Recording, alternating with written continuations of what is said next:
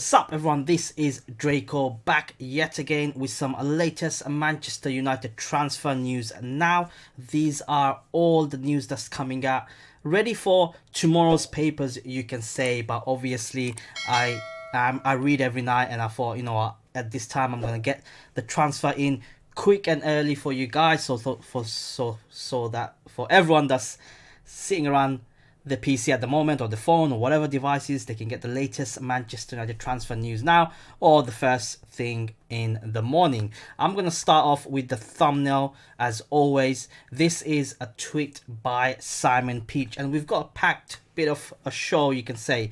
But Simon Peach, for those of you who do not know who Simon Peach is, he is a BBC journalist and he is one of the most credible journalists and respected journalists out there.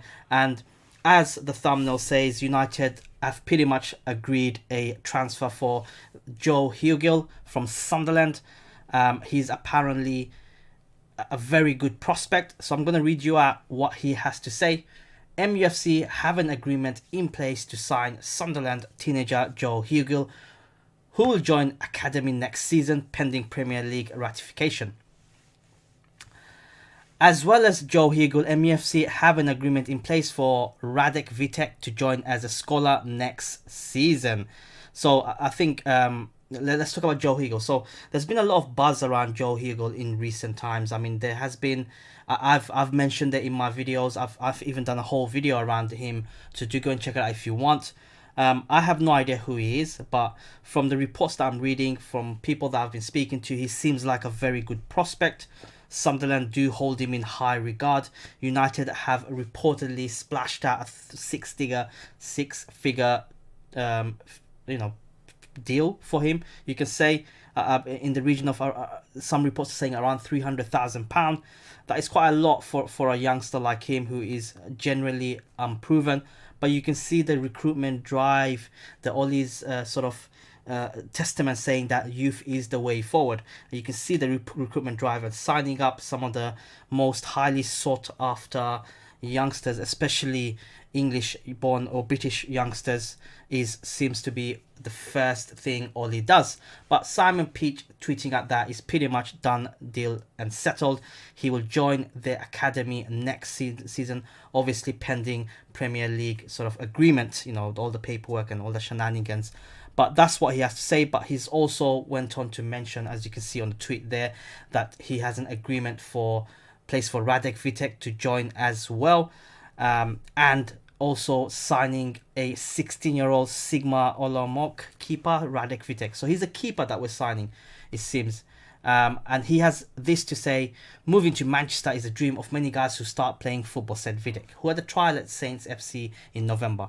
So you can see these two are pretty much nailed on, confirmed deal, especially in the case of the keeper, 16-year-old keeper Radek Vitek. Him coming out and saying this. Joe, we haven't heard much from Joe Hugill to come out and say it, but I'm sure over the next few days that will be pretty much settled in. Let me know your thoughts in the comments below. Personally, I have no idea who he is, and it'll be interesting to see his videos emerging. I do understand videos do not give away everything, but let's see how interesting it is. And as always, guys, do get involved in the comments below. As with all my videos, I'm going to read you out a comment that has been commented on my last video, and it's by my guy again, The Crappy Game. I do go and check him out as well. He does a lot of great gaming stuff and football manager stuff in his channel.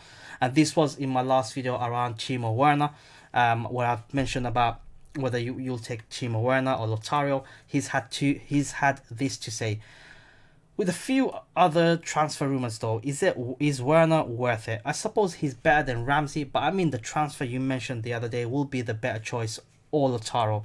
Let Liverpool get Werner, where he can be the most expensive bench warmer, cause Klopp don't change his squad around when it comes to League or Europe.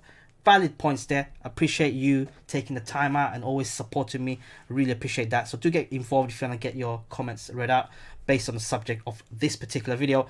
But I mean, he has a point when he says that Timo Werner, Klopp rarely rotates his squad around, and Timo Werner is a huge admirer of Jurgen Klopp. We know that, but will he be happy with the second fiddle? considering how good the Liverpool's front three has been. I think he should really consider United as well. I think he just shouldn't just jump blindly into Liverpool, because Liverpool, with the squad that they have, there will be less chances for Werner to be in the starting lineup versus, say, a Manchester United starting lineup. But anyway, moving past, it is Jadon Sancho. So there has been a transfer blow of Jadon Sancho of Borussia Dortmund to Manchester United. As they come up and say that they expect Jadon Sancho to stay at the club this summer.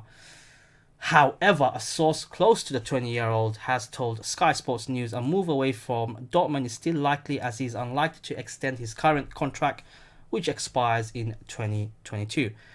Dortmund have maintained they will only sell if the deal is right for the club and the player, who is valued in the excess of £100 million. So, I mean, with Jadon Sancho, there's a lot of teams that's chasing him. I mean, he can pretty much pick and choose any club that he wants to go to. I think United is the likely destination. I think there has been more, say, interest coming out of United than any other clubs.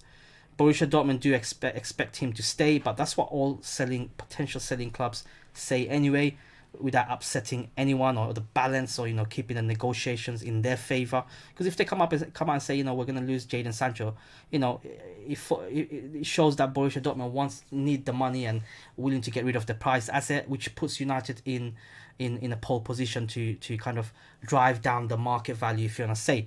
But however, having that stance, you can say that Borussia Dortmund can have a lot of money potentially. I mean, we're talking about excess of £100 million plus. And you know what? I think for a 20-year-old, I wouldn't mind. He will fix a lot of problems, especially the right wing problem, and he will add an attacking threat as well in the front three of Martial, Jadon Sancho and Rashford. That pace up front will frighten any defenders in the league. And I also think that for someone like Daniel James, I think Daniel James will be perfect. It'll be a perfect scenario for Daniel James. That poor fella has stepped up from the Championship, played 20 plus games, and he's just, the pressure is huge. And someone, Jadon Sancho, for him to be shadowing and making the sub appearance and having Jadon Sancho take the limelight, I think it's going to be great for his development, and he can really go on and push on for the first team positions. Obviously, there's loads of games to play in a season, and I'm sure someone like Daniel James, and with how Ole is giving youngsters a chance, they will definitely give him a chance. The article goes on to say as well that Dortmund most likely will be cashing in on him while his value is still high, because his contract expires in 2 years. If they hold on to him for another year, come next summer, his contract, he only has 1 year left. And we know what happens when there's players with 1 year left in the contract. There's panic selling, and the price will really drive down. So I think there might be a lot of sort of headway into this over the coming few weeks, not months. I reckon there'll be in a few weeks' time. I think there's going to be some sort of official confirmations coming out of this, that, because at the moment, we're still waiting for if the season will restart. When will it restart? I think clubs are waiting for that before going and delving into the transfer window. Because no point, if the season restarts next month, then there's no point having all these distractions in the background. I do understand that, but if the season is void, then yeah, the only thing that's left is the new season, which most likely, September, August, whatever that's, when they start, gives us a lot of time to make deals, and the transfer window can be open, and away we go. So that's the latest around Jadon Sancho. Dybala, so Paulo Dybala, remember this guy? He has come out and he admitted that he will love to play alongside Paul Pogba. He didn't quite mention at which club, so haha. So let me read you the article. Dybala spent 1 season as teammates with Pogba before the Frenchman returned to Manchester United as the world's most expensive player at the time. Pogba has been linked with a return back to Juventus, while Dybala has been mentioned as a target for United in the past. And whichever way, the latter hopes he can line up alongside the World Cup winner again in the future. So this is what Dybala said straight up. I couldn't overlook a shirt like this. Of course, it's from Manchester, from my friend Paul, whom I admire as a person even more than as a football player. I had the chance to share great things with him, and hopefully I can repeat that someday. It was Dybala's goal that made the difference on that occasion, and the attacker was keen to highlight how special it was to do it on Old Trafford turf. It was unforgettable playing at a stadium like Old Trafford, one of the most important stadiums in the world. You go in and you feel the atmosphere in the air and you breathe it in. They played under Mourinho, one of the most successful managers in history in terms of winning. It wasn't an easy game. We won 1-0 with a goal I scored, although I was a bit lucky because the ball bounced in front of me, very close to the ground. So, I mean, there we go. Dybala is a fantastic player. I think he still has a bright future ahead of him. He's had a tough sort of section in the Juve team, but he's such a talented player. I think a lot of clubs will definitely take him, and also for him to come out and praise Old Trafford. And you know, last summer there were strong rumours going around that United were in for him. I think there was plenty of reports coming out, but it fell through right at the end, especially with Spurs as well. But Paulo Dybala would like to be reunited with Paul Pogba. Now, whether that's at United or Juventus, we do not know. But either way, you know, he wants that feeling back. In terms of Dybala's stats, so he's still 26-year-old. He's right about reaching his peak. You can see he's very versatile. He can play anywhere in the front as well as the attacking midfield position. He's played 34 games, scoring 13 times, assisting 12 goals. Not a bad return for a supposed striker or a forward who's still in competition with the likes of Cristiano Ronaldo in that team. So I think he's gonna you know, in terms of fee, I think for someone to get him it's gonna cost a lot. Dybala is gonna cost a lot. You know, you're looking at 60, 70, 80 million pound plus. I feel for Manchester United, I don't think, as much as I would love to have him, I don't think he'll be a good fit for us. I think the physicality of the Premier League is going to be a bit much for him. I think Oli does not play really with an attacking midfield, and that's where his real position is, to be frank, although he can play up front as well. And for a 26-year-old, I think for him to come in and play as a striker, where does that leave Martial? You know, I'm sure Paul Dybala is not going to come in and play second fiddle, if you know what I mean. A great player to have, I think, but I think there are better options, more suited to Manchester United out there, and probably for cheaper as well. As I said, I would love to see him at Manchester United, but I don't think that is gonna happen. Next up, so you talking about still keeping the subject. Apparently, Sky Sports are claiming that Juventus will offer 3 players to Manchester United as part of a possible deal to take Paul Pogba back to Turin. Douglas Costa, Alexandro, and Federico Bernardeschi are the trio listed, although the reports suggest United are not particularly keen on signing any. And rightly so. I think, you know, no swap deals. It's like straight up cash, improve the team. You're getting 3 players, you know, they're decent players, but do they fit the system? Or, you know, we need to find players that mentally they fit the system and they are in line with what Oli wants from the team. You know, so Juventus can throw in 3-4 other players, but if they do not fit the system, then you're in a worse situation than having Pogba, if you know what I mean. So I think, you know, that's a bit of a rubbish claim, and I think it's for Manchester United to swiftly reject that. I'll be happy as well. Next up, Rakitic. So, or not Rakitic, another youngster, another 60-year-old youngster, right back. Apparently, this is according to Evening Standard. Marc Jurado from Barcelona. United are set to sign the 16-year-old right back. Barca were hoping to tie down the talented defender with new 3-year contract, but the Catalan has turned down a lucrative offer from the and is expected to link up with United's academy side this summer. The Old Trafford outfield will have to pay a compensation fee for the juvenile A player, with Barcelona set to receive around £175,000 for the youngster. Jurado has been at Barcelona since the age of 9 and is considered one of the most promising players of his generation. So again, another youngster coming in. I think Nicky Butt coming in and doing fantastic things in the youth setup. We've seen loads of young players signed over the last year and a half, especially under Ollie's reign, and with the likes of Joe Hugill, which is pretty much on board, and the 16-year-old keeper. You're looking at a right back from the famous Le Messiah academy. He's been at the academy for since he was 9 years old. So, and Barcelona do, according to this report, hold him in high regard, and United have poached and signed the 16-year-old. Now, in terms of right back at the moment, yes, we have Aaron Wan-Bissaka and we have Diego Dalot. Beyond that, there's not many players that we have. Maybe you're talking about Ethan Laird, but I haven't seen anything around him. I don't think Diego Dalot is a good right back. I think he can play, he can do a job as a winger. I think at one point last year when we went on an amazing run, he was used as a right winger more than a right back, if you know what, if you catch my drift. If Wan-Bissaka gets injured, you're looking at long term as well. 16-year-old right back who's got a lot of promising in him, it seems.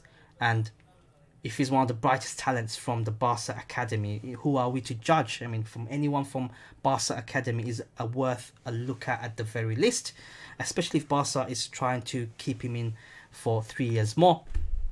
But if we can snatch him away and develop him, you know, the youth setup, bringing them up, it seems to be a lot of things going around more in the youth setup than in the first team, then yeah, we can have another player, and most importantly, a right back, a solid right back, probably in the future. Right back, you know, in the next 2 years, he can make a bit of a breakthrough, and you never know what sort of player it could be. But that's on Barcelona. Sticking to Barcelona, the last bit of news is Ivan Rakitic. So Ivan Rakitic insists he's happy at Barcelona and hopes to be at the club next season, despite repeatedly being linked with Manchester United. Now, he is 32 years of age. I mean, he's an experienced midfielder, he's a good midfielder, but that boat has sailed probably 6-7 years ago. I mean, if 6-7 years ago you came up and said Rakitic is going to be one of the players potentially on the United's radar, then I think everyone will be happy. At the moment, it's like, yeah, 32 years, we've already got Matic is not making the cut, and he's going to demand so much wages that he's probably going to eat up another area of the budget, or whatever you want to call it. And I think Rakitic, is best that he stays in Barca, and I think you know, he's very happy, and I think he should stay in Barca. Looking at his stats, he plays predominantly in the central midfield position with a defensive midfield position as well. He hasn't played every game in Barca. For Barca this season, he's played 31 times, assisting 4 goals, but he's not more of a scorer. He's more of a, what you call a deep line playmaker. Just sit around, ping the ball, move the ball, keep passing it around. And I think for me, a 32-year-old Rakitic is a massive step backward if it was the case. But these were all the most interesting latest Manchester United transfer news. Now, let me know your thoughts in the comments below. As always, guys, get involved in the comments below. It does go a long way in the channel. And also, I will be picking up comments and reading it out, so we'll take it from there. But I'll be back again tomorrow with more transfer news, trying to get in there as early as I can. I mean, as soon as it reaches around 11 p.m. or 12 a.m., I'm in there, because that's when all the news sort of papers and BBC articles update, and, you know, get in there nice and early. I don't have no inside sources, so I can't even get news earlier than early, if you know what I mean. But as always, guys, make sure you smash the like button, and as always, I'll catch you guys in the next upload, and stay farafari.